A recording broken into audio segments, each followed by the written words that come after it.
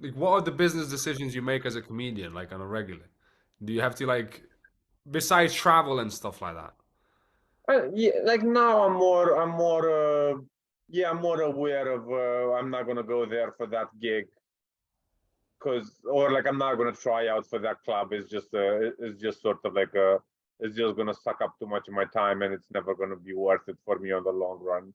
So I'm more aware of that as a business person. But generally, now I just kind of do what I want to do. I don't really try it.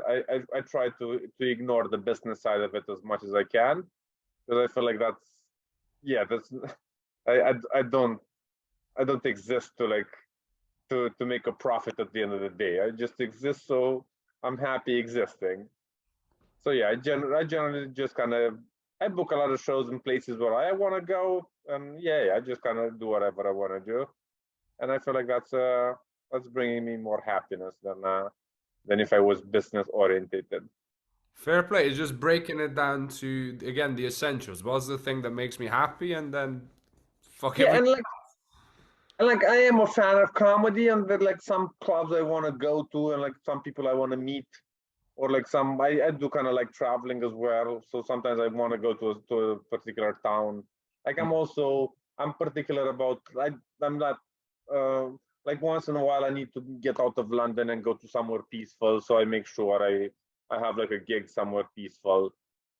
Um, so yeah, those are like the decisions I make. Okay, so there's still business involved. You just have different priorities, but you're still going, okay, I want to go there. Let me see if I can make some money while I'm there so I can fund my trip over there, technically. Oh yeah, absolutely. I don't. I also I don't really.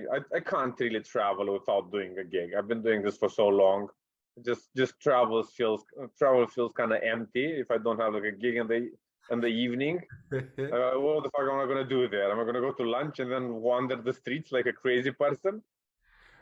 Like no, go I there. happen, man, I'm not gonna lie, I happen to go for a lot of walks. I do like a good walk.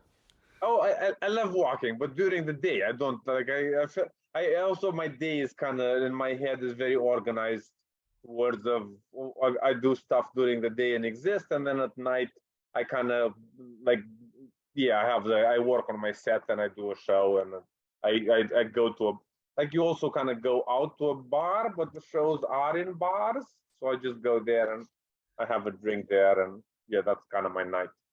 It's also, it covers both my social life and my yeah, my business life and my whatever else.